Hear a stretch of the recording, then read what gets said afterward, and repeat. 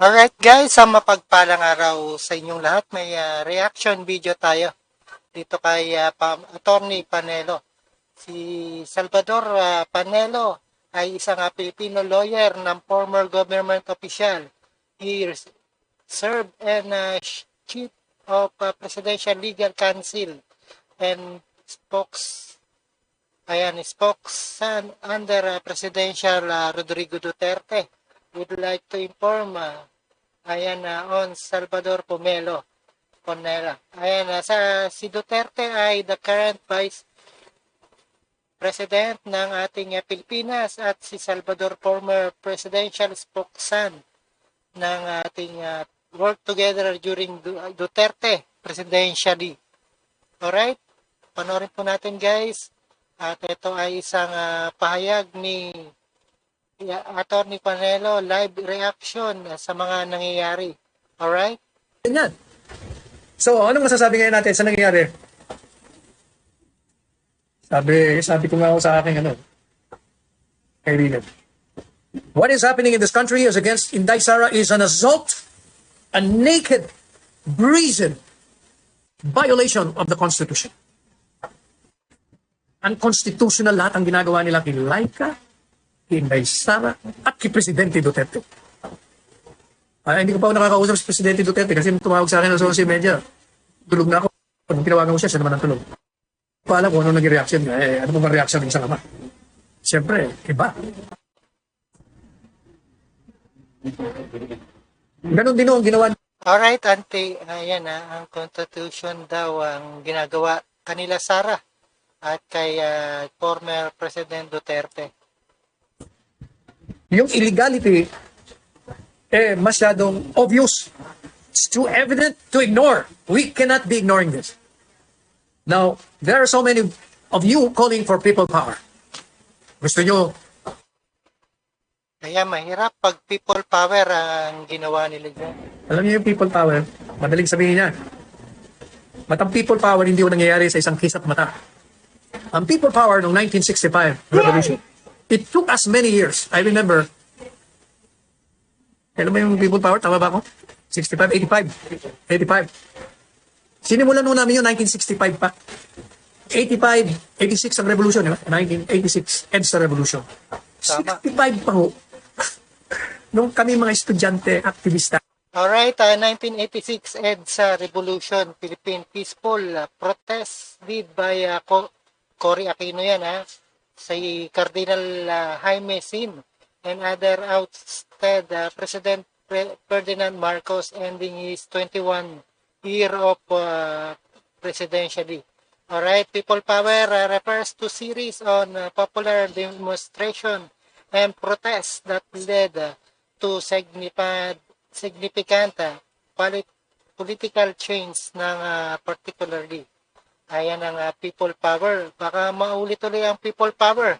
Mass mobilization, peaceful protest, civil disobedience ng ating government, social media driven at organization in recent instances. Demand on political changes or reform.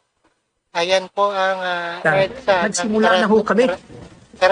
Kasi sa aming pananaw, sa aking personal na pananaw, ang dating Pangulong Ferdinand Marcos Sr. was violating through the military and the police the rights, the human rights of the Philippines. Kaya nag-aktivista kami, di ba? Nandiyan yung Kabataang Makabayan, nandiyan yung Samahang Demokratikong SDK, nandiyan yung itinayo kong Samahang Radikal. 1965 ako nagsimula niyan. Wow, grabe, 1965. Ito po ang iba pang karakteristik ng EDSA Revolution.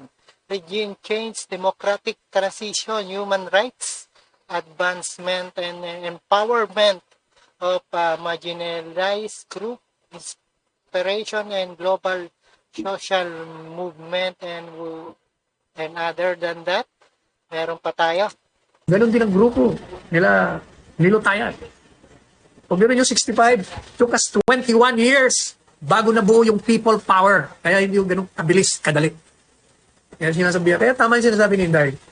Sabi niya, I appreciate your calling for going to the street. Pero ang labanan, hindi sa kalsada. Ang labanan, alam niyo na kung saan. Hindi dyan.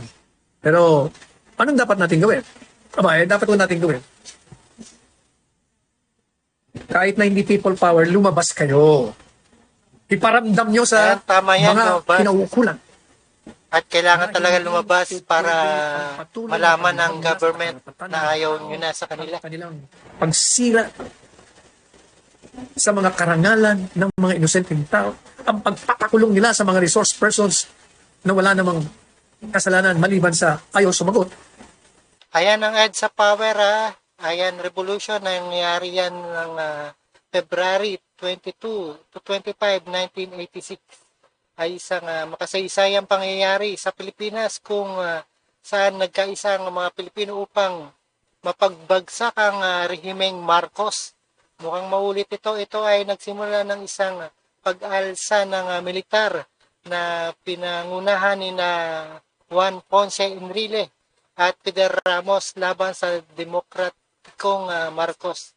Alright, February 22, nag-alyansa ang Okbong sandatahan ng pamuno ni Juan Ponce Enrile at Fidel Ramos laban sa rehimeng Marcos. Alright, ayan, tandaan nyo guys ha. May dahilan naman. Kasi, sa ating saligang batas, pwede ka namang hindi sumagot pag ini-incriminate mo na sarili mo. Hindi po ba? Lumabas kayo. Hindi para mag-revolusyon o maging magsikan. Hindi ho yan. Kung hindi, ipakita nyo sapagkat ang pamalaan, kung sila ay maselang mag-aaral ng kasaysayan, they will learn from the... Oo, dapat malaman niya ng kasaysayan. Kasaysayan, February 24, 1986, lumaki ang bilang ng pagtitipon. Ayan, maliit lang dati ang EDSA Revolution, biglang lumaki ng February 24, 1986 sa sibikong relihiyon ng mag-aaral at iba pang grupo. Noong February 25 naman, 1986, official bumagsak ang rehimeng Marcos at si Corazon Aquino naging bagong pangulo ng Pilipinas. At ayan, pag bumagsak yan, siyempre, ang pangalawang vice president ang sasalo ng presidente. The lessons of the past, the lessons of history. If you're a serious student of history, you will know that people will rise in revolt the moment they see that their welfare has been forgotten. Tandaan nyo, the very foundation of a government, ang pinakabatayan ng isang gobyerno. Unang-una, ano ba ang gobyerno? Ang gobyerno ay nilikha ng mga tao, taong bayan. Oo, taong bayan talaga ang nagluklok dyan para sa kagaganda ng ating Pilipinas. Ang EDSA People Power ay revolution ng isang halimbawa ng pangyayaring pagkakaisa.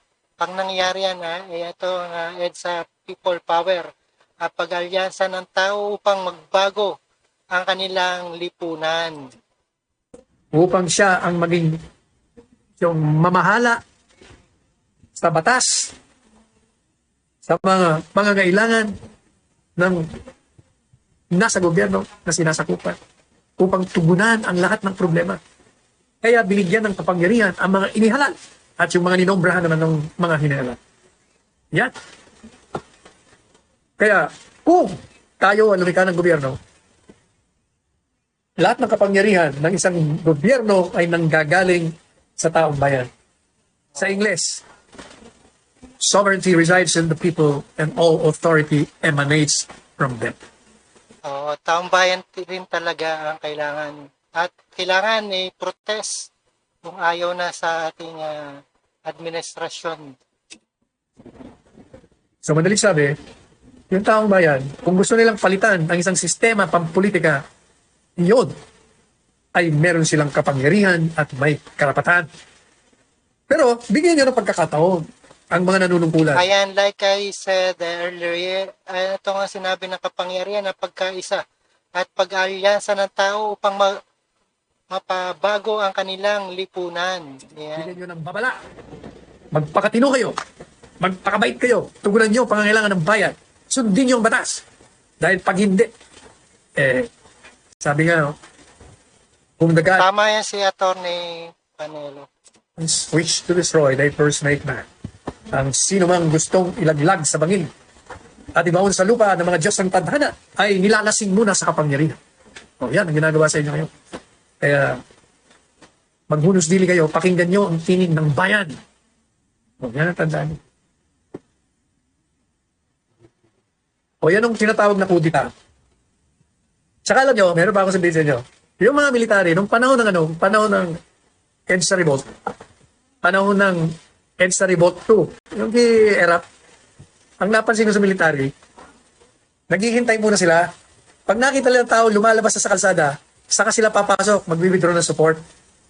So, mahalaga pa rin na ipinapakita ng taong bayan yung kanilang pagtutol sa pangkasulukuyang paninira at paglabag sa karapatan, pangtao, paglabag sa saligang batas. Kailangan makita nila yun. Kasi sa ngayon, sabi nga ng mga nakausap kong koronel, bakit di kayo umimik? Eh, busog mo kami. Bakit kayo busog? Kasi si PRD, dinoble lang ang sahod namin, wala na kami reason. Nung lumaban kami ng EDSA Revolution, inaapi kami mga pulis, kami mga sundalo, may problema. Kaya kami nag-revolution, sumama kami sa taong bayan ngayon, medyo okay na kami. Kailangan isipin nyo rin yung inyong mga anak. At nangyari din yan sa kay Joseph Estrada. Ang EDSA na pangalawang revolution ay nangyari noong Enero 17 at 20, 2001. Ito ay isang kilusang bayan. Naglalayong palisin ang kapangyarihan ng Pangulong Joseph Estrada dahil sa mga aligasyon at korupsyon at kruhanismo ng bansa. At ito ay nagsimula ng paglilitis ng impeachment ni Estrada noong November 2000. At ngunit napigilan dahil sa mga hindi pagkakasundo sa ebidensya. Ayan po ang EDSA Revolution ni Joseph Estrada. Sabi nga ni Presidente, hindi naman kayo kailangan magpu eh. Magsalita lang kayo.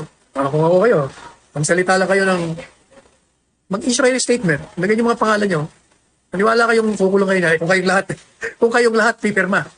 Kaya hindi naglalayong people's power din itong si Pangulong Bongbong Marcos dahil hindi na gusto ng mga tao o mamamayan ng Pilipinas. Kayong lahat na matataas. Maniwala kayo, titino yan. Titino yung mga tiwaling opisyal. Kasi kung kayo mismo sasabihin nyo, sinusuportahan namin si Presidente Duterte at mahal namin to, malaki ang ginawa nito sa aming bansa. Sinusuportahan namin si Vice Presidente Sara sapagkat matino ito. Pag naakusahan talaga ng mamamayan, wala sila magagawa. Yan ang people's power nga. Wala magagawa talaga sila. Tapos pumirma kayo lahat, maniwala kayo. Hindi magbago sila. Alam nyo, ayaw mo ni Presidente Duterte na dumanak ang dugo. Kasi talaga, pag nagkaroon ng labanan ng mga ideolohiya rito, talaga maghahalong balat sa tinig. Ayaw ko natin gawin yan. So yan for now, yan ang ating mga pahayag sa inyo. Bibisitahin natin, pupunta tayo. Alright guys, ayan napakinggan at napanood po natin si Attorney Panelo sa kanyang akusasyon dito sa pangyayari ngayon kay Sara Duterte at kay Attorney Lopez. At sana matugunan ng aksyon itong sinisigaw ng taong bayan na pagbabago. Alright, maraming salamat sa inyong lahat. This is your Road Trip channel. Please don't forget to subscribe this channel.